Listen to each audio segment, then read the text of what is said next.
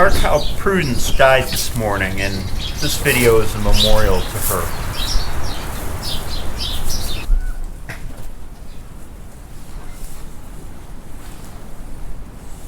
Hillary and I got up this morning and a big storm had come through and dropped rain and then changed over to snow. We came out to do chores and I was taking care of this side, Hillary was taking care of this side, and she looked over the railing and Prudence was laying there dead. It hadn't been dead for long, she was still pretty warm.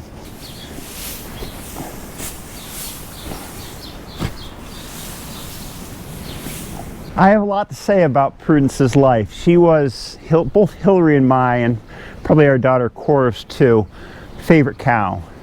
I met Prudence in 2015. We went to a farm south of Buffalo with a lot of Dexters. They actually had hundreds. And Prudence was the one cow that walked up to me out of the whole herd in the field. Walked right up to me, checked me out. I said, I'd like to buy that cow. At the time we only had 3 cows here on the farm, and that was the beginning of when our herd began to explode. We bought Prudence and we brought Carrie here with the long horns and brought them back to the farm with their calves. Prudence had just had Patty, and Patty's not back here, but she's our boss cow. You all know Patty. Patty was a little calf when she came with Prudence to our farm. We've never lost a cow before. We've lost 2 calves, one due to injury, one due to scours very early on. Never a full-grown cow. Prudence was 11. She's the second oldest cow we have. Carrie's the oldest at 13 or 14 years old. Prudence had 5 calves, 6 calves, 5 or 6 calves while she was on the farm. This is her newest calf, the one we call Peanut. Unfortunately, Peanut is old enough to wean now, but I'm sure she's going to miss her mom. When Hillary and I first came into the pen here to check on Prudence's body, all of the cows were around her, and I don't know if cows know such a thing, but I have to think they were paying their respects. She had been a part of our herd for so long, and I've talked a lot about how herds have their own order, and when you put a hole in that order, when somebody leaves of the stature of Prudence, they know it. I think they know it. As a livestock farmer, you get used to animals coming and going, and how much you get attached to them really, in large part, depends on how long they're here. Chickens, they come and go. Pigs come and go. Even cattle, which are with us. Hi, Ezra. Ezra's down there. For 2 years, they come and go, and it is bittersweet when they leave. A cow that's been with us for 7 years, it's like losing a member of the family. Being that we are so attached to Prudence, it's more like a funeral than an ordinary conversation, and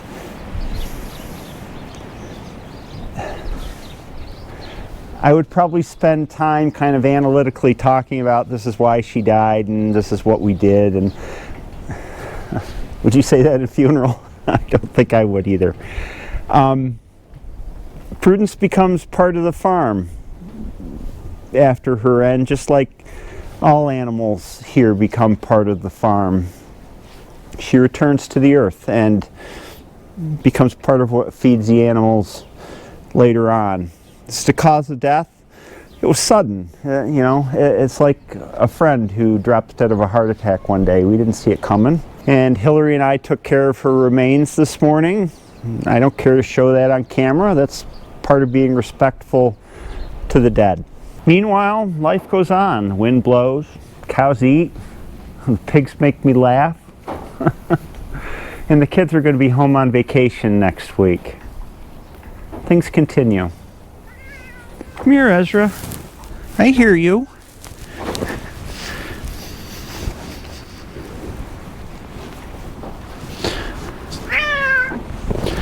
There are a lot of parallels with losing a family member. When an animal you've known for so long leaves. And grieving doesn't just happen in an hour or a day. Hey, you pigs. You guys always are good for cheering folks up. Yes, you are. You did a little hop. I wish I had something deeper to say, but I don't. But I did want to document this because for us it's part of closure. And following that ritual, it's the same as you would for a person.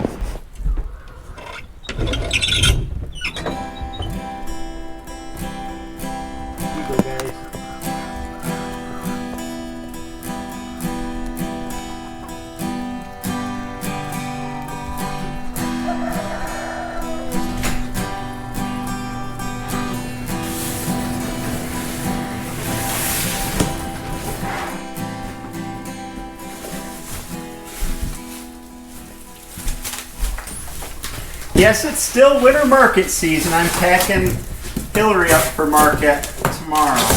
It's been a cold stretch at market on Saturdays. Oh, seems like every Saturday is 0 and 10 degrees, 15 degrees. Sweet sausage.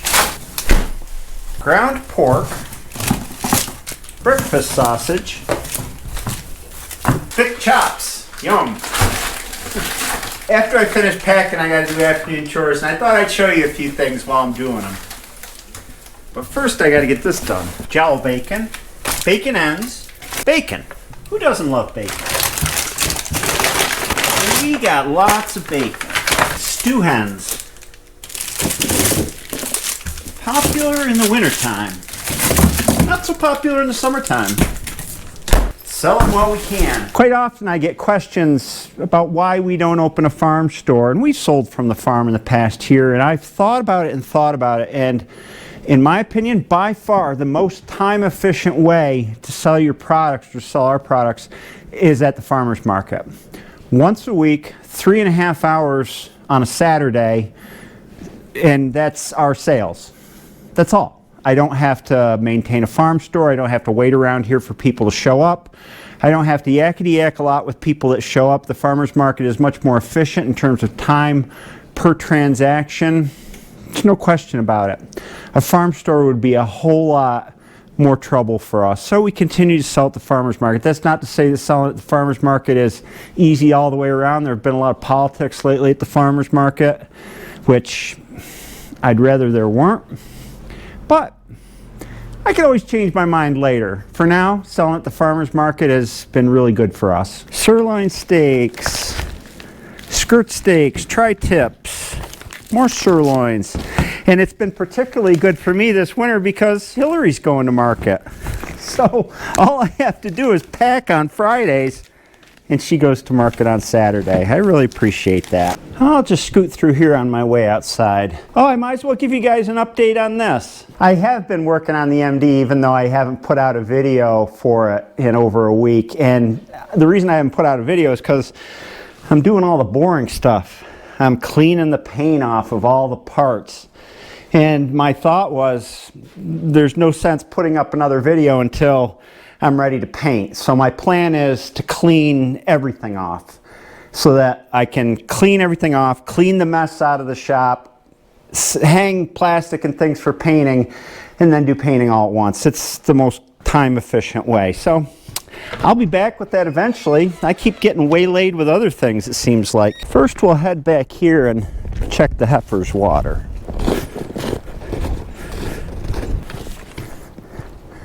Maybe I'll let you guys know about this thing too. Hey lady, you getting a drink?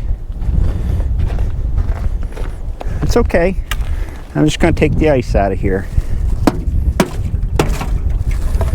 Tank heater is plugged in.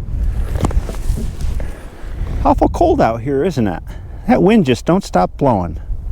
This big fenced area here, I don't know if I've ever talked about. This is our garden, even though it's overgrown. This is a black locust fence that I built. They're hand split black locust posts that I made a fence out of. It's got welded wire mesh, and the welded wire mesh is buried a foot in the ground because woodchucks are the big thing here. Woodchucks going under. And we used to plant this whole thing, and we had a big asparagus bed there. It's grown up with sumac now.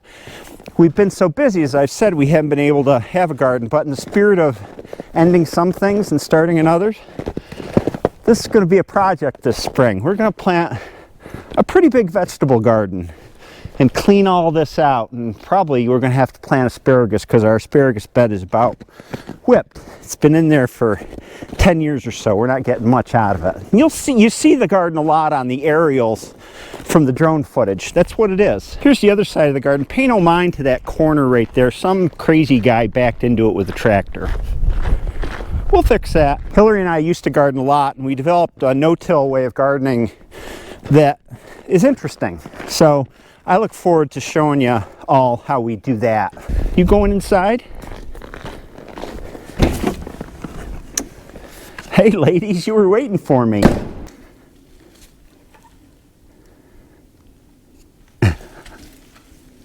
I wanted to give you an update on my grain experiment. I experimented with feeding these 4 heifers grain, and I did it a bunch of ways. I tried first just cracked corn, and I was feeding 40 pounds a day of whatever it was I was feeding. Cracked corn. I tried sweet feed. I tried cracked corn and sweet feed. And it seemed like in the end the best combination was cracked corn and sweet feed. They seemed to go after that the most. And of course when I come into the barn now, they're looking for their treats. Well, I'm not feeding them anymore. I saw zero gain or advantage to spending that money, and it was quite a bit of money considering a bag of sweet feeds 10-11 bucks, cracked corn's close to that.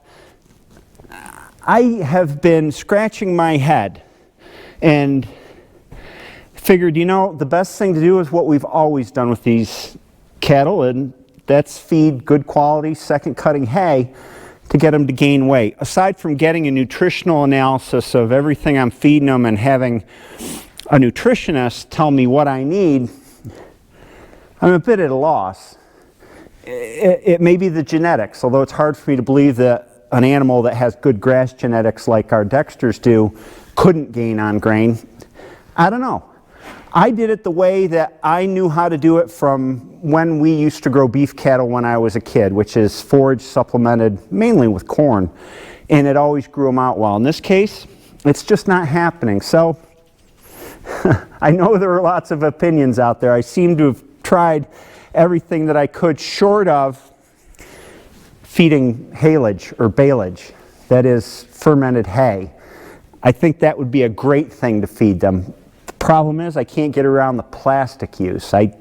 All that wasted plastic just really bothers me. So it's a decision I keep reconsidering and reconsidering, this baleage decision, you know, baling into baleage the next year or the next day, wrapping in plastic and letting it ferment and become something they really go after.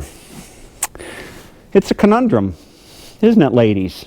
Last summer we bought 96 of these net wrapped bales, and by my count there's 20 of them left, so they'll take us through, well, into March. And then we'll start feeding what I baled last summer.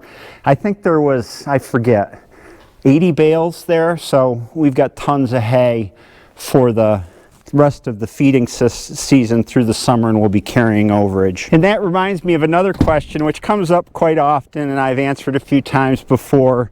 Does hay go bad? It doesn't go bad if it was baled at the proper moisture. It does slowly decline in nutritional quality, but not to the extent where cows would starve to death eating it. I've read that in particular vitamin A declines in the first 6 or 9 months after the hay is made. Other things stay relatively stable, so as long as it's stored right, you can hold it year to year. I do try to rotate the hay out so that I don't have some bale in the back of the barn that's 10 years old. Other than that, it's really not a big deal. In contrast to this morning, the weather's really cleared out and the cattle are all out sunning themselves. They do it every time the sun is out. Well, everybody's outside pretty much. I gotta get some water. Wouldn't be a wintertime video without me watering the cows, would it? It's a daily thing, twice a day in fact. Boy, Patty sure does have a pretty coat. This is not dirty water. It's water that the cows have dragged hay into. They come in with some hay in their mouth and it gets dropped in the water. There's nothing wrong with hay in the water. It just makes hay tea, which I probably think they like a little bit more than just plain water. In this job, pretty quick you figure out when somebody's pooped in the trough, and that does happen once a month or so. Then I have to go in, dump the rest of it out, clean the tank out, and put in clean water. You can tell after you've done it for a while what's poopy water and what's just water that's got some hay in it. This just got hay in it. Howdy piggers. How are you guys doing? I've come to check on you guys for the afternoon. Make sure you're all still on all fours. Don't mind me.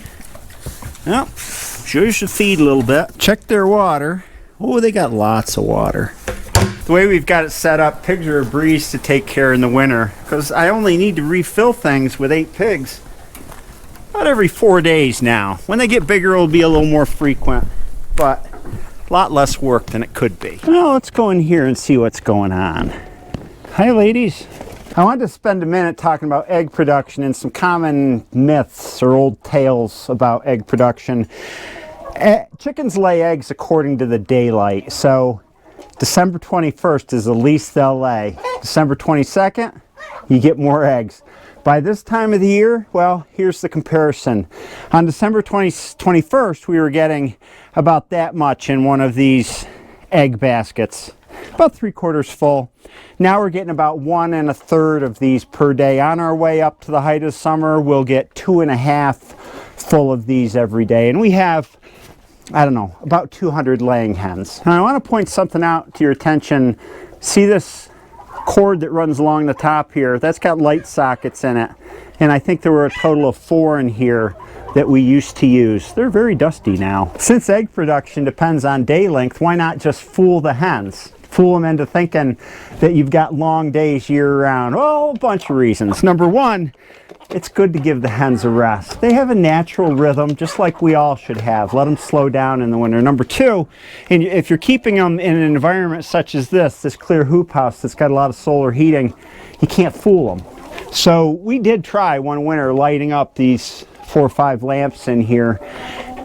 Daylight coming in here is too strong. They still can sense when the sun is rising and setting, even though they have artificial light on earlier and later.